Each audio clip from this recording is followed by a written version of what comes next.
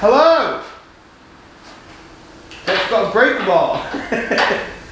So, as you've probably gathered from the title of this video, we're working on something a little bit different today. So this is actually quite a nice, refreshing change because, as you know, we built Lockwood's engine.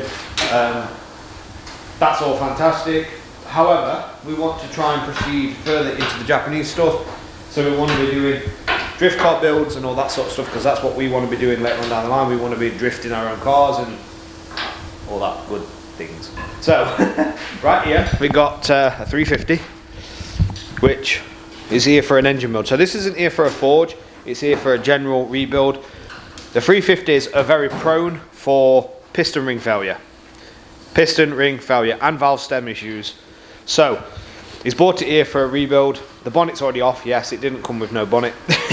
So with that being said, this is going to go through a whole process now of pulling the engine out. We're going to strip it all down. You're going to see it on YouTube. We're going to rebuild it all back up. The blocks being painted, the heads are being painted. So obviously, as you know, this is something a little different. We're used to doing the 4 cylinders. This is a 6 cylinder.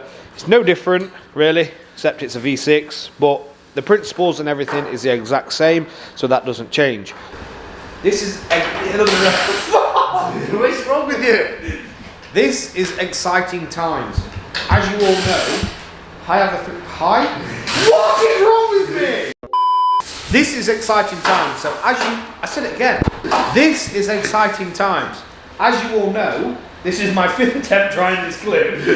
But as you know, I have a 350 myself, and obviously later on down the line, the plan is with that is to pull the engine, forge it, and put a big snare on it because we want choo-choo sounds. But because we want to and we can, we've got the capability of doing that. We don't pay labour because obviously we do it ourselves. So, you know, it's kind of good. So this is where we're trying to go with the 350, but obviously we've got to get the bodywork done first. I always say so. I get sick of hearing myself say so. Alright? Jack, I nearly said it again. Jack's just taking the strut brakes off here across the top, which will allow us to get more access to the engine.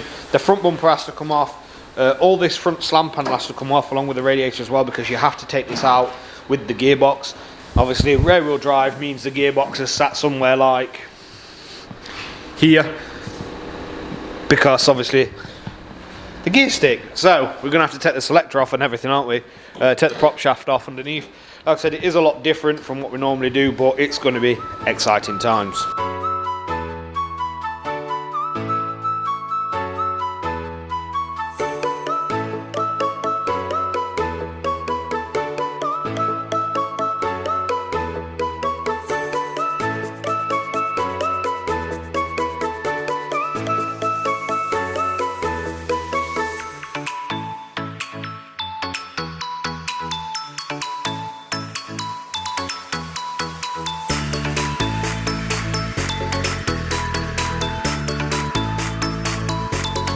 Some of you might have seen that cinematic and gone, why have you taken the plenum off? Now, the reason we've taken that off is so we can actually see what's down the back of here because we don't know what's down the back. Again, we've not taken one out, so we're just learning as we go along.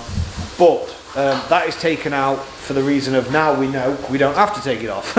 So the next one we actually do, that can stay on and we know exactly where to disconnect the pipes for later stage. So some of the stuff you saw in the cinematic, if you've ever taken one out or seen one taken out, yes, we may have done it different, but the plenum is going to go on because that is kind of the hook point we're going to have to use the throttle body to actually pull it out.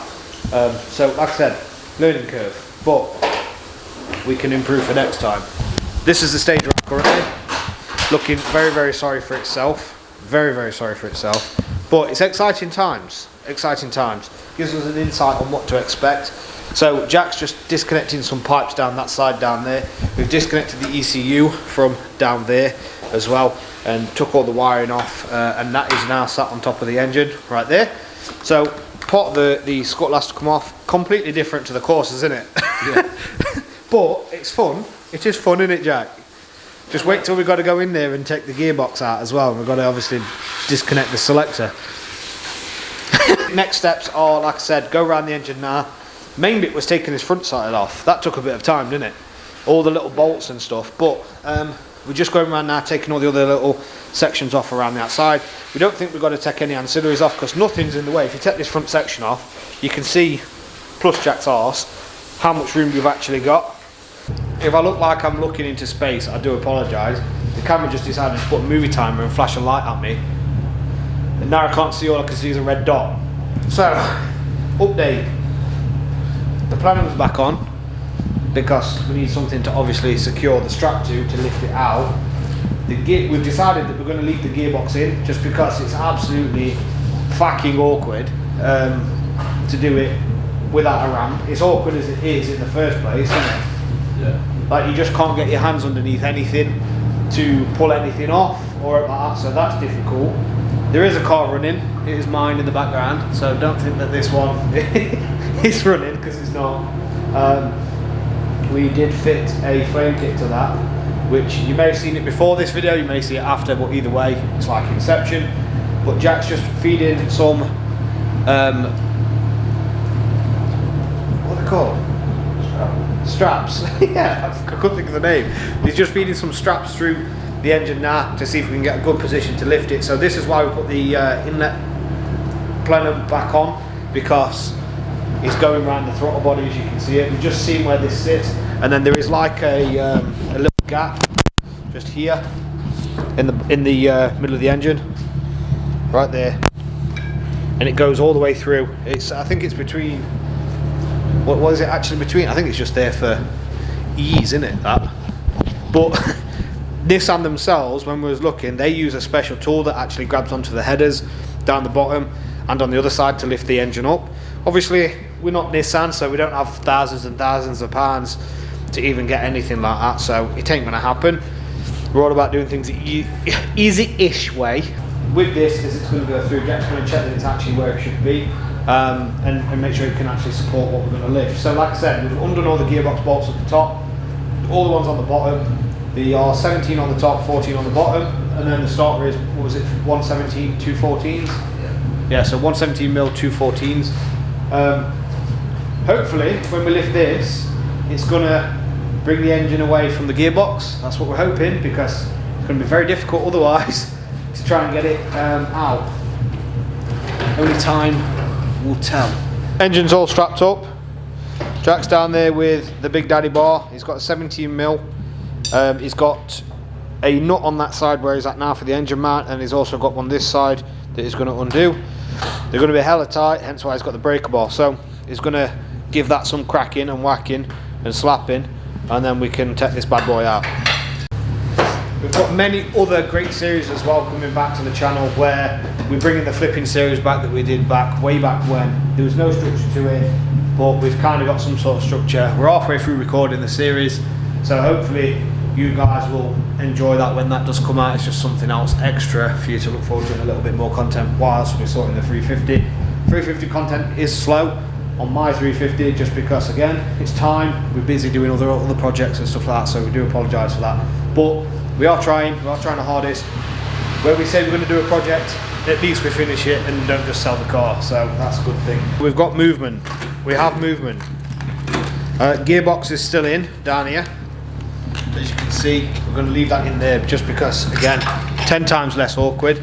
Where there's a will, there's a way. Like we said, it's probably not the easiest way to do it, but it's the way that works for us. So